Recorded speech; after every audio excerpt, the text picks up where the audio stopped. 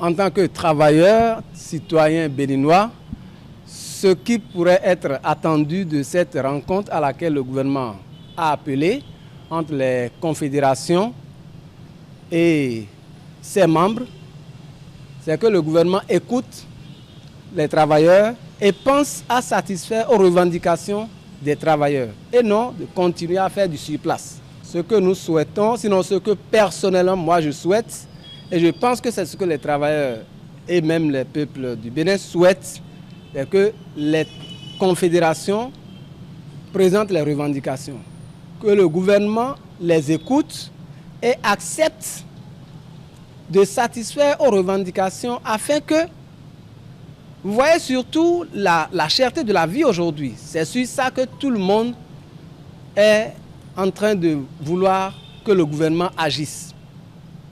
Vous voyez, dans notre pays aujourd'hui, que vous soyez travailleur salarié ou non salarié, tout le monde est frappé par la cherté de la vie et la faim.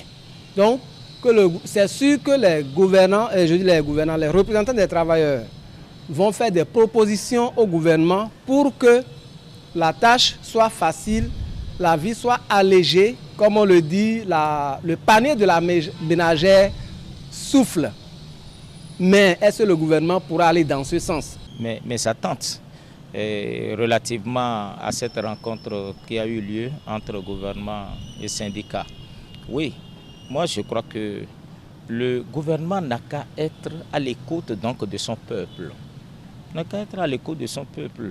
C'est-à-dire ce que les syndicalistes sont allés dire au gouvernement et à son chef émane des aspirations légitimes donc des citoyens, donc de nous tous. Et donc par rapport à ça, je crois que le gouvernement doit en tenir compte et réajuster donc sa politique, régler les préoccupations donc des citoyens.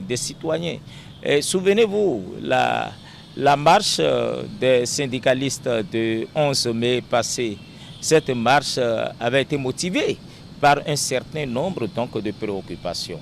La vie chère, ceci, ça là, alors que les salaires sont stagnaires et les prix grimpent et quelquefois encore c'est très difficile donc d'avoir ces denrées-là chez soi.